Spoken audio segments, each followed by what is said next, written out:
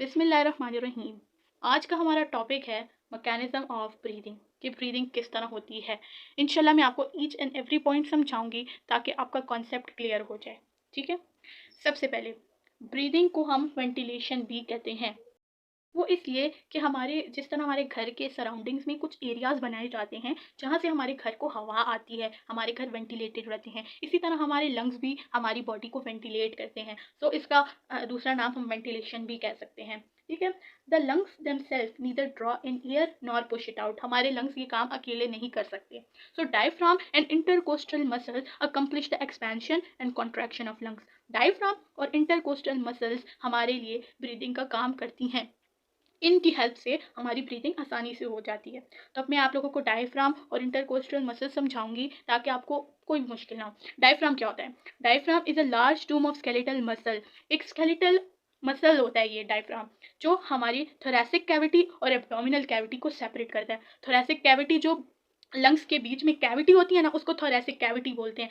जो area lungs में खाली हो, कैविटी किसे कहते हैं? वो जगह जहाँ खाली हो। तो जो एरिया हमारे लंग्स में खाली होता है उसे हम डायफ्राम कहते, उसे हम थोरैसिक कैविटी बोलते हैं। ठीक है, उसके बाद हमारा आता है इंटरकोस्टल मसल। ठीक है, सबसे पहले मैं आपको बताऊंगी कि डायफ्राम इसमें कहाँ पर है। एक ब्लू सी शेप बनी है ना, ये हमारे लंग्स के नीचे एक डायफ्राम होता है। जो जो स्वेल होता है तो हमारे लंग्स जो है पुश करते हैं हमारी रिब्स को, और जब ये सिकुड़ता है तो हमारे इसी तरह लंग्स भी सिकुड़ते हैं। ठीक है, डायफ्राम ये होता है। अब इंटरकोस्टल मसल्स क्या होते हैं? हमारी बॉडी में sets of there are two sets of intercostal muscles between each pair of ribs. हमारी रिब्स में दो पेयर जो होते हैं इंटरकोस्टल मसल्स के होते हैं। अब ये हमारी रिब्स है ना, अब हमारी रिब्स है, एक रिब और दूसरे रिब के दरमियान जो मसल होती है उसको हम कहते हैं इंटरकोस्टल मसल। अब ये एक रिब है और ये दूसरी रिब है, इसके दरमियान जो मसल होती है उसको हम इंटरकोस्टल मसल्स कहते हैं। हमारे पास दो इंटरकोस्टल मसल्स कौन सी होती हैं? एक होती है एक्सटर्नल, एक होती है इंटरनल। ठीक है, इंटरनल और एक्सटर्नल ये हमारे इंटरकोस्टल मसल्स में दोनों आती हैं। ठीक है, जैसे कि ये अब हमारी रिब है ना, एक रिब ये दूसरी रिब, इनके दरमियान दोनों ही इंटरनल और एक्सटर्नल होती हैं। दोनों डायगनली ऑपोजिट डायरेक्शन में होती हैं। ठीक है, ये आपको मैं ज़रा करीब से बता रही हूँ ताकि आप लोगों को समझ आ जाए। ये एक इंटरनल एक एक्सटर्नल है। ये जो शेडेड एरिया ये इंटरनल का है, जो शेड नहीं है वो एक्सटर्नल है। ठीक है, तो ये हमारे पास two types of intercostal muscles आती हैं जो हमारी ब्रीदिंग में काम आती हैं। अब इसका सारा प्रोसेस आपको मैं समझाती हूँ। तो इंस्पिरेशन और एक्सपिरेशन में क्या डिफरेंस है? सबसे पहले इंस्पायरेशन पढ़ती हूँ ताकि आपको खुद ही एक्सपिरेशन याद हो जाए। मतलब इंस्पिरेशन जो है एक्सपिरेशन के ऑपोजिट है। ठीक है, इंस्पिरेशन मतलब एयर को अंदर लेना, टेकिंग इन ऑफ एयर। ठीक है, ये हमारे पास एक्टिव फेज है ब्रीदिंग का।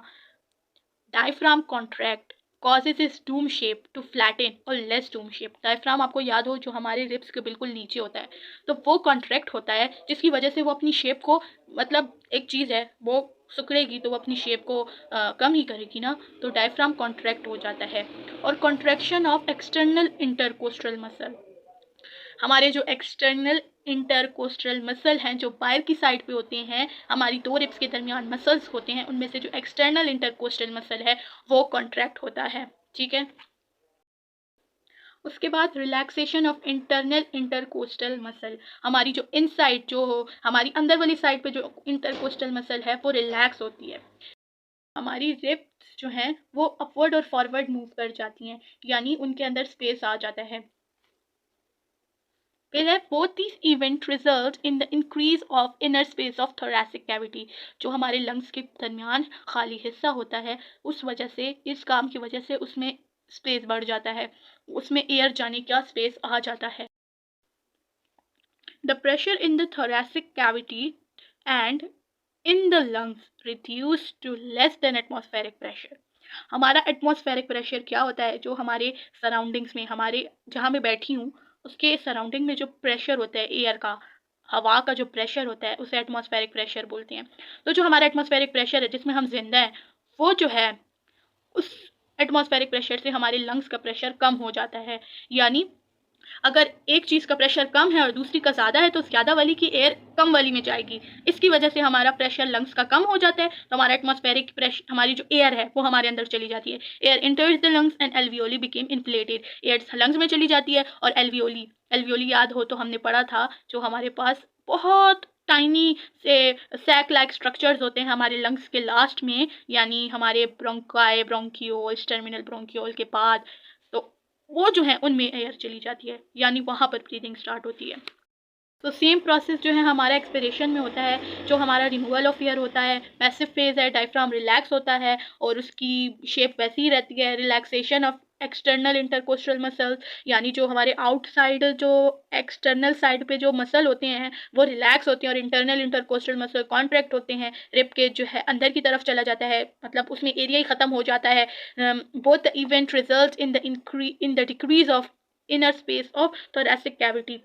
थोरेसिक कैविटी में भी एरिया, इनर स्पेस ख़त्म हो जाता है, जिसकी वजह से हमारी एयर ऑब्वियसली बाहर चली जाती है। अब हमारा जो लंग्स का वो है ना प्रेशर, वो एटमॉस्फेरिक प्रेशर से ज़्यादा हो गया है। हमारे लंग्स में ज़्यादा है ना और बाहर कम है, तो हमारा जो बाहर वाला है ना वो हमारे लंग्स से सारी एयर खींच लेगा। Air is force to expel out from the lungs, और इसी वजह से हमारा जो एयर है वो हमारे लंग्स से निकल जाता है। और ये हमारा टोटल पूरा मैकेनिज़्म है इंस्पिरेशन एंड एक्सपायरेशन का। इसके बाद हम पढ़ेंगे कि रेस्पिरेटरी वॉल्यूम्स क्या होते हैं।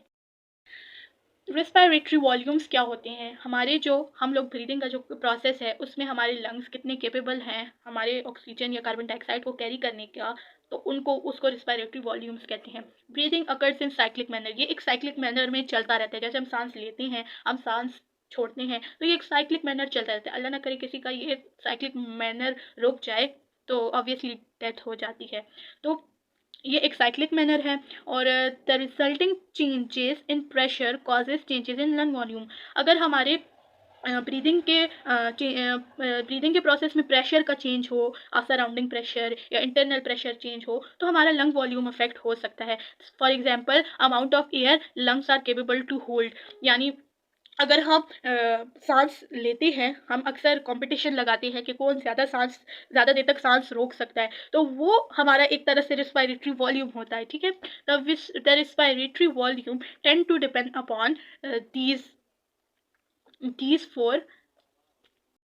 सबसे पहले है डेप्थ ऑफ रिस्पायरेशन, कि कितना गहरा हम सांस लेते हैं।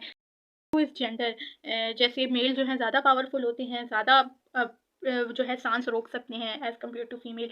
एज भी मैटर करती है, बच्चे जो होते हैं वो भी कमज़ोर होते हैं, बूढ़े भी कमज़ोर होते हैं। यंग पीपल जो है उनकी रिस्पायरेशन बहुत स्ट्रांग होती है। और अगर किसी को रिस्पायरेटरी डिजीज़ेज़ हों तो भी हमारा लंग वॉल्यूम जो है अफेक्ट हो सकता है। ठीक है, उसके बाद हम पढ़ रहे हैं tidal volume. What is tidal volume? जो amount of air inhaled and exhale at rest. अगर हम रेस्ट पर हैं और जो हम सांस इनहेल कर रहे हैं और एक्सहेल कर रहे हैं उसको कहते हैं टाइडल वॉल्यूम। जितना हम नॉर्मली हम एयर इनहेल करते हैं और एक्सहेल करते हैं उसे टाइडल वॉल्यूम कहते हैं। अप्रॉक्सीमेट 500 मिलीलीटर जो है रेस्ट पर इनहेल कर सकते हैं, मतलब इतना वॉल्यूम हमारे लंग्स का होता है। फिर है इंस्पिरेटरी रिजर्व्ड वॉल्यूम, यानी वो वॉल्यूम जो हम एक्स्ट्रा इनहेल करते हैं। अक्सर हम लोग कंपटीशन लगाते हैं, उस कंपटीशन में जो जीतता है उसको कोई इनाम नहीं मिलता, लेकिन वो जो है एक एक्स्ट्रा इनहेल्ड जो होता है वॉल्यूम करता है during a deep breath. It can be as high as 3000 millimetre. हमारे लंग इतना ज़्यादा कैपेसिटी होती है कि हम रेस्ट में तो 500 मिलीलीटर लेते हैं, लेकिन अगर हम एक्स्ट्रा एयर लें तो हम 3000 मिलीलीटर तक ले सकते हैं। यानी हमारे टोटल लंग की जो कैपेसिटी है ह्यूमंस की वो 6000 मिलीलीटर है। यानी एक यंग इंसान 6000 मिलीलीटर तक एयर जो है अपनी लंग्स में ले जा सकता है। हम पढ़ेंगे कि हमारा कंट्रोल ऑफ ब्रीदिंग कौन से पार्ट्स करते हैं। हमारी कंट्रोल जो है ब्रीदिंग को, वो हमारा दो तरह से होता है। एक इनवॉलेंट्री कंट्रोल होता है, एक वॉलेंट्री कंट्रोल होता है। एक इनवॉलेंट्री कंट्रोल यानी जो हम अनकॉन्शियसली ब्रीदिंग करते हैं, यानी हम फिक्र नहीं करते, हमारी तवज्जो नहीं होती। वॉलेंट्री कंट्रोल वो होता है यानी हम जो डीप ब्रेथ्स लेते हैं उसे वॉलेंट्री कहते हैं, यानी हमने जानबूझ कर ये काम किया। जो इनवॉलेंट्री कंट्रोल है वो हमारा ब्रेन का मेड्यूला करता है, जिसको हम ब्रीदिंग सेंटर भी बोलते हैं। ठीक है, तो ये जो है हमारे पास मेड्यूला, ये हमारा इनवॉलेंट्री ब्रीदिंग कंट्रोल कर रहा है। हमारा इनवॉलेंट्री कंट्रोल है वो हमारे सेरेब्रल कॉर्टेक्स करता है। कभी हम ऐसा होता है कि हम कॉन्शियसली या अनकॉन्शियसली हम लोग अपनी सांस को बहुत अंदर ले जाते हैं और फिर बहुत बाहर ज़्यादा करते हैं, तो वो हमारा वॉलेंट्री कंट्रोल है, यानी वो हमारे हाथ में होता है। एक बंदा अगर अपना सांस रोक लेता है किसी वजह से, यानी या जानबूझकर, तो वो उस वक्त तक रोक सकता है जब ब्लड का पार्शियल प्रेशर ऑक्सीजन से नीचे ना चला जाए। हमारे ब्लड का जो पार्शियल प्रेशर है वो अगर ऑक्सीजन से नीचे चला जाता है तो हम लोग जो है बेहोश हो जाते हैं, क्योंकि हमारा ये एक पूरा अल्लाह ताला ने इंतज़ाम बनाया है कि अगर इफ़ हम लोग किसी वजह से सांस रोक रहे हैं और हमारा पार्शियल प्रेशर डाउन चला गया ऑक्सीजन से, तो हम बेहोश तो हो जाएंगे लेकिन हमारी ब्रीथिंग दोबारा से कंटिन्यू हो जाएगी। वो फिर हमारा इनवॉलेंट्री कंट्रोल होगा। अब हमने सांस रोकी, हम लोगों ने बहुत देर तक रोकी, इतनी रोकी कि हमारा पार्शियल प्रेशर जो है ब्लड का वो ऑक्सीजन से नीचे चला गया, तो हम बेहोश हो गए। और हम बेहोश हुए हैं तो हम मर नहीं जाएंगे। अल्लाह ताला ने ऐसा निज़ाम रखा है कि हमारी ब्रीदिंग जो है खुद ही कंट्रोल होना शुरू हो जाएगी। ठीक है, तो ये जो है हमारा जो जानबूझकर रोकते हैं वो सेरेब्रल कॉर्टेक्स करता है, लेकिन जो ऑटोमेटिक कंट्रोल है वो मेड्यूला करता है। ठीक है, हमारे ब्रेन में दो सेंटर्स होते हैं, एक इंस्पिरेटरी सेंटर है, एक एक्सपिरेटरी सेंटर है। इंस्पिरेटरी सेंटर जो है हमारी ब्रीदिंग का रेट और डेप्थ इंक्रीज करता है, यानी जितना गहरा हम सांस और जितना हम ज़ोर से सांस लेते हैं वो इंस्पिरेटरी सेंटर करता है। और एक्सपिरेटरी सेंटर जो है इंस्पिरेशन को रोकता है, इनहिबिट रोकता है इंस्पिरेशन को और स्टिमुलेट करता है एक्सपिरेशन को, यानी हमारे जो एक्सहेलेशन है उसको ये कंट्रोल करता है। ठीक है, सो यहाँ ये था आज का टॉपिक। उम्मीद है आपको समझ आ ही चुकी होगी। आप लोगों के मैंने कॉन्सेप्ट क्लियर किए होंगे। अगर इस रिलेटेड कोई भी और क्वेश्चन हो तो आप मुझसे कमेंट बॉक्स में पूछ सकते हैं। इंशाल्लाह मैं आप सबके रिप्लाई दूंगी। So thank you and wish you best of luck for your exam. अगर आप किसी भी एग्ज़ाम के लिए पढ़ रहे हैं, अल्लाह आप लोगों को बहुत कामयाब करें। अल्लाह हाफिज़।